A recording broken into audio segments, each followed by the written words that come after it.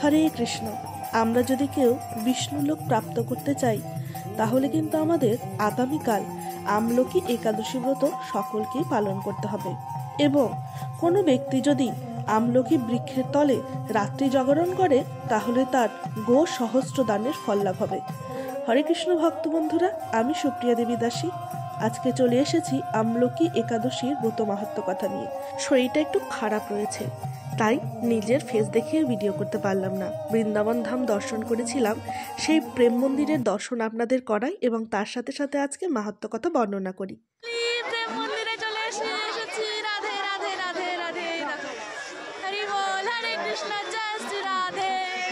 জীবনে প্রথমবার রাধারানীর অনেক করুণায় ধাম দর্শনের সুযোগ হয়েছে বলে আমি অধিক আনন্দিত।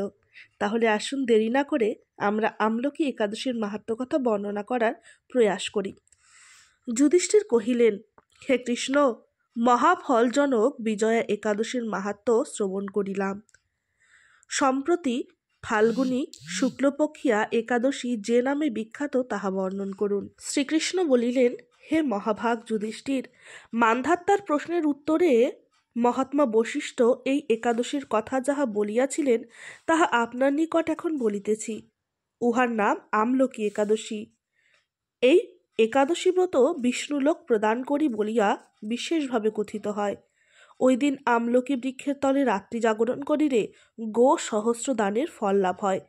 যে প্রকারে এই সর্বপাপ বিনাশী আমলকি বৃক্ষ পৃথিবীতে উৎপন্ন হইলেন তাহা তোমার নিকট বর্ণনা করিতেছি। পূর্বাকালে ব্রহ্মার দৈনন্দিন প্রণয়কাল উপস্থিত হইলে স্থাবর জঙ্গম এবং দেবতাগণ অসুর রাক্ষস সকল নষ্ট হইবার পরে সেই একার্ণব জলে দেবাদিদেব পরমাত্মা ভগবান ব্রহ্মস্বরূপে অবস্থিত হইলেন। তখন সেই জগৎরূপ ব্রহ্মের বদন হইতে চন্দ্রতুল্য শুভ্রবর্ণ এক বিন্দু জল উত্থিত হইয়া ভূমিতে পতিত হইল। সেই জলবিন্দু হইতে আকস্মাৎ একটি বিশাল আমলকি বৃক্ষ উৎপন্ন হইল। উহার বিস্তৃত শাখা প্রশাখা ফলভারে নত হইয়াছিল। সেই বৃক্ষই সমস্ত বৃক্ষের আদি বলিয়া কথিত হয়। এই বৃক্ষ হইতে ভগবান কর্তৃক ব্রহ্মা প্রজাসমূহ দেব মনুষ্য স্থাবর জঙ্গমাদি সৃষ্ট হইয়াছেন। দেবগণ ও ঋষিবৃন্দ আশ্চর্যজনক বৃক্ষকে দর্শনের জন্য তথায় উপস্থিত হইলেন। সেই অভিনব বৃক্ষ দর্শন করিয়া সকলেই বিস্মিত হইলেন, কারণ তাহারা বহু বৃক্ষ পূর্বে দর্শন করিয়াছেন এবং তাহাদের নামাদিও জাত আছে, কিন্তু এই বৃক্ষ কোথা হইতে আসিল এবং কি নাম ইত্যাদি বিষয়ে সকলেই চিন্তা করিতে লাগলেন। এমন সময় আকাশবাণী হইল, হে দেবগণ, এই বৃক্ষের নাম আমলকি। ইহা পরম বৈষ্ণব বলিয়া বিখ্যাত। ইহার স্মরণ মাত্রই গোদানের ফল লাভ হয়। দর্শনে তাহার দ্বিগুণ ফল, ভক্ষণে 3 গুণ ফল প্রাপ্ত হওয়া যায়। অতএব সর্বপ্রকারে ইহার সেবা করা কর্তব্য। ইহা সর্বপাপ বিনাশিনী। ইহার মূলাদেশে ভগবান শ্রীবিষ্ণু, ঊর্ধ্বে পিতামহ ব্রহ্মা, স্কন্ধে রুদ্র অবস্থান করেন।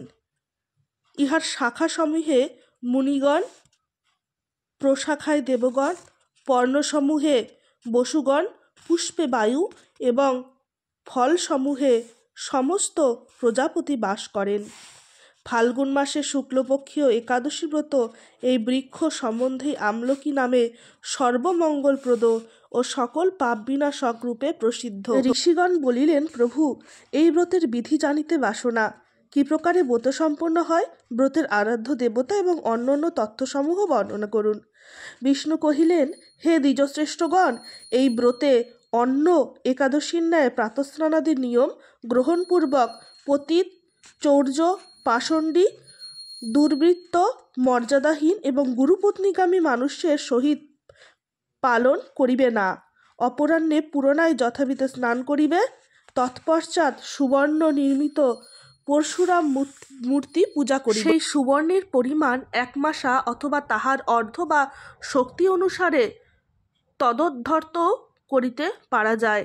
সে মূর্তির পূজা ও হোমাদি সমাপনপূর্বক আমলকি বৃক্ষের তলায় গমন করিবে। প্রথমত আমলকি বৃক্ষ চতুর্দিক পরিষ্কার করতে হবে এবং একটি কলসি বৃক্ষের সম্মুখে স্থাপন করে মন্ত্র দ্বারা পঞ্চরত্ন, পঞ্চপল্লব, দিব্য গ্রন্থাদি, ছত্র এবং শাস্ত্রে উল্লিখিত নানান দ্রব্য সাজাতে হবে এবং পরবর্তীতে 108 বার বা 28 বার প্রদক্ষিণ করে আমলকি বৃক্ষের তলায় রাত্রি জাগরণ করে এবং যথাবিধি নিয়ম পালন করে এই একাদশী ব্রত পালন করতে হবে। এই আমলকি একাদশী ব্রত অতিশয় শুভ ফলদায়ক এবং সর্বপাপ বিনাশক। এর হাতে বিন্দুমাত্র সন্দেহ নেই। প্রেম মন্দির দর্শন করে এখন আমরা ভোজন করে রুমে চলে যাব। একাদশী মাহাত্ম্য কথায় ভুল ত্রুটি হয়ে থাকলে আপনারা সকলে আমাকে ক্ষমা সুন্দর দৃষ্টিতে দেখবেন। এই ভিডিওটা আপনাদের উপকারী মনে হলে সকলে একটু লাইক, কমেন্ট এবং শেয়ার করে অন্য ভক্তদের কাছে পৌঁছে দিতে সহযোগিতা করবেন। সকলে ভালো থাকবেন, সুস্থ থাকবেন। রাধে রাধে, হরে কৃষ্ণ। জয় আমলকি একাদশী ব্রত কি জয়।